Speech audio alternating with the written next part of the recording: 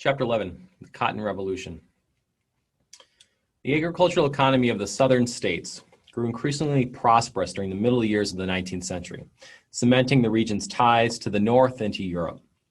These southern states remained overwhelmingly agrarian, or rural, however, and as their populations grew, the region failed to develop beyond the plantation system. As markets for their agricultural goods expanded, political and economic power in the South gradually moved deeper, from the old Atlantic coast slave states to the new states of the Southwest, where King Cotton was carried on the backs of a burgeoning slave population. King Cotton is this concept. Over time, as sugar, rice, and tobacco markets plateaued, short staple petite Gulf cotton, cotton variety, became the South's agricultural panacea, a solution to all of its economic struggles. It was easy to grow, it was hardy, and undemanding to prepare for the market thanks to the newly invented cotton gin. Supply barely kept pace with explosive new demand from Europe and for American textile industries. And by 1860, before the Civil War, cotton had become the linchpin of the entire Southern economy, accounting for 2/3 of all United States exports, both North and Southern states alike. The production of cotton stretched along a new cotton belt from South Carolina to Texas, sometimes called the Black Belt, describing the soil of the region. As a result, this second middle passage describes the experience of perhaps 1 million slaves who were moved after generations of growing tobacco and sugar and some cotton in the Atlantic states. They were sold and forced to march hundreds of miles, tied together in coffles, to work in the new booming cotton fields of the Deep South, often for new, profit-hungry, and crueler owners. The first middle passage being the journey across the Atlantic, chained in slave ships. Now they're being forced to march hundreds of miles to these owners, hell-bent on profits. In the face of this booming agricultural expansion, other forms of economic activity were slow to develop across the South. Commercial businesses that did succeed served the needs of plantation economy directly. Brokers provided farmers credit. Transporters moved crops by water to market. Although steam power turned the South's rivers, lakes, and bays from barriers to commerce to ready avenues for commerce, the South continued to rely on the North for all of its supplies, its ingenuity, and its markets. And I described these new slave owners in the Cotton Belt and in the West as crueler.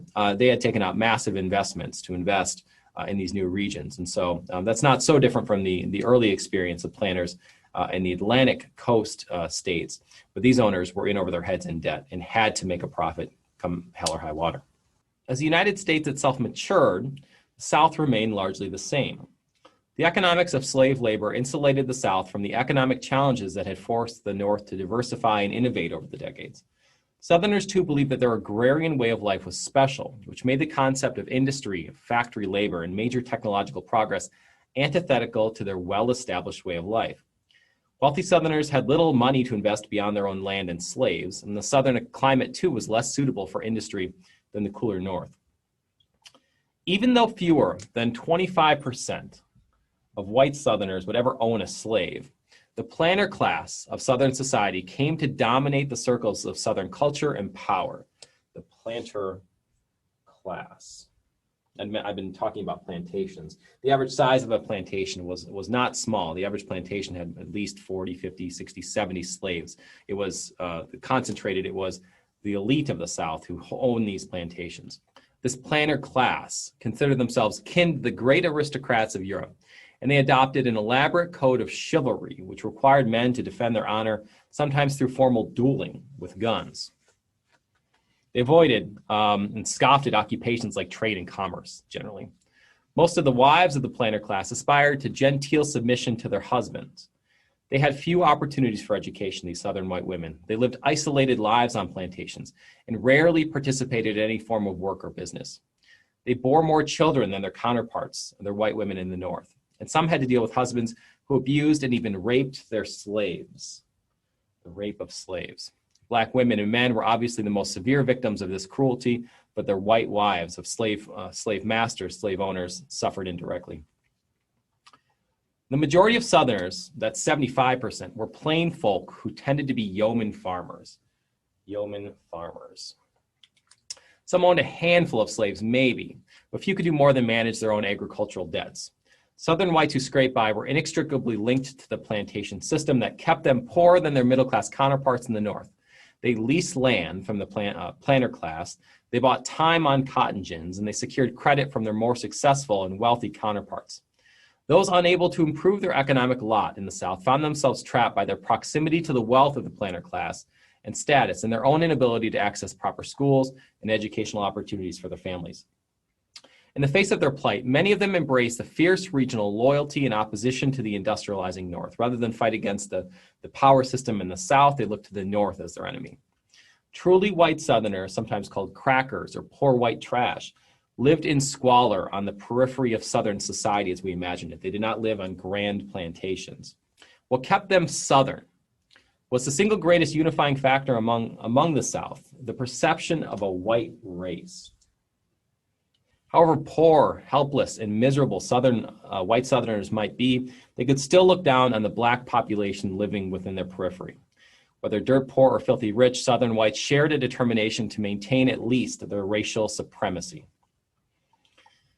The peculiar institution of slavery, as it was sometimes called, reached its zenith in the middle of the 19th century when both the isolation and the closeness of black and white populations came to define what it meant to be a Southerner. Southern slave codes of the era were put into effect all across state law and state and local law. Slave codes often did not allow slaves to own property. It prevented them from leaving their plantations without permission, written permission. It forbade them from congregating anywhere but church. It barred them from taking any hostile action against a white person, no matter the circumstance. The codes often forbade whites from teaching slaves to read and were lenient on slave owners who murdered their own slaves. The codes were also extraordinarily rigid in defining terms of race. Literally any trace of African ancestry in the blood made a person black according to many state and local laws across the South. The enforcement of slave codes was inconsistent, and while many slaves lived in prison-like conditions, most slaves exercised minor forms of autonomy and independence throughout their lives. In general, most slaves preferred larger plantations where they had a chance to define their own social world amongst people like them. In this setting, on large plantations, overseers exercised most of the control over slaves out in the cotton fields, often with the assistance of head drivers who were slaves entrusted by whites to act as foremen out in the fields. Life under slavery was defined by the seasons and by hard labor. Nutrition, provisions, living quarters, and medical care were provided by owners and were often barely adequate. Slave women worked the hardest, and husbands and wives often lived on different plantations. House slaves had easier lives, generally speaking, but often resented their isolation from their fellow slaves. They were more likely to be subjected to sexual abuse by their masters as well. It is worth noting that after emancipation, house servants who lived in the house were often the first to leave the plantation. In most Southern cities, urban slaves mingled more freely with free blacks and whites after regular working hours, and the line between slavery and freedom was less distinct in the city. 250,000 free blacks lived in slaveholding states by the start of the Civil War. I'm going to repeat that. 250,000 free blacks lived in slaveholding states by the start of the Civil War. Their freedom was given to them or bought outright. After Nat Turner's rebellion, though, an event which I'll touch on in just a moment, it became more difficult for white slave owners to legally free their slaves outright, to give them their freedom. Slave owners in this day and age often argued that slaves were actually happy with the arrangement they had, but it was clear that the vast majority of blacks actually yearned for freedom. The dominant response of blacks to their enslavement was a combination of adaptation and resistance, often expressed in one of two extremes. One expression became known by whites as sambo. It's a stereotype, a generalization, the grinning, deferential slave who acted out what he recognized as the role the white world expected of him, acting goofy, acting silly, complying with orders, acting stupid even though he's not stupid. The role was a facade assumed only in the presence of whites. The other extreme was that of the slave rebel. The African slave who resisted both acceptance and accommodation and remained forever rebellious. Kunta Kinte from Alex Haley's book Roots personifies this attitude. Actual slave revolts were extremely rare, but the knowledge that they were possible struck terror into the hearts of white Southerners. This warrants an idea here. The fear of slave revolts is a defining idea of the Southern plantation experience. An 1831 uprising led by the slave preacher Nat Turner, who I mentioned previously. Nat Turner, we will have Nat Turner's Rebellion here. His rebellion was an unprecedented event. A band of slaves armed with guns and axes murdered 60 white men, women, and children, house by house, before being stopped by state and federal soldiers in Southampton County, Virginia. Spurred by the murderous Nat Turner, the explosion of the cotton economy, and the growth of the radical abolitionist movement in the North, a new intellectual defense of slavery began to take shape across the South. This pro-slavery argument said that slavery was a positive good for the slaves who enjoyed better conditions than many northern white workers, good for the Southern society because it ensured peace between blacks and whites, and good for the country because the Southern economy was essential to the success of the country. Above all, Southern apologists argued that slavery was good because it formed the foundation for a unique Southern way of life. White Southerners saw a spirit of greed, debauchery, and destructiveness in the factories, in the immigrant ghettos, and in the impersonal cities of the North. And I'm talking about the intellectual defense of slavery that tries to stop the abolitionist movement. Southerners believed that they had created a stable, orderly society, free from the feuds between capital and labor plaguing now the free states. Their trump card, the card they pulled out at the last minute, was always the fallacious idea that somehow African Americans were biologically inferior. Southerners claimed that African Americans would be unfit to take care of themselves, let alone exercise the rights of citizenship. This is how, by using a variety of intellectual and fallacious arguments, a Christian people could justify to themselves the use of forced slave labor. More often than fighting back, slaves resisted by running away. A small number managed to escape to the north or to Canada, especially after sympathetic whites and free blacks began to organize secret escape routes called the Underground Railroad. Of course, this is not an actual railroad. This is a series of homes in which it was safe to travel by night. But the odds against successful escape were high. Hazards of distance, geography, and slave patrols made the journey improbable for most. The most basic form of resistance to this institution was subtle, working only as hard as necessary, stealing from owners, and sabotaging tools and machinery. Stories like Celia's, a 19-year-old slave girl who, after being raped hundreds of times by her master, finally clubbed him to death and was famously hanged, are an extreme exception to what really occurred across the South. The process of adaptation complemented efforts at resistance.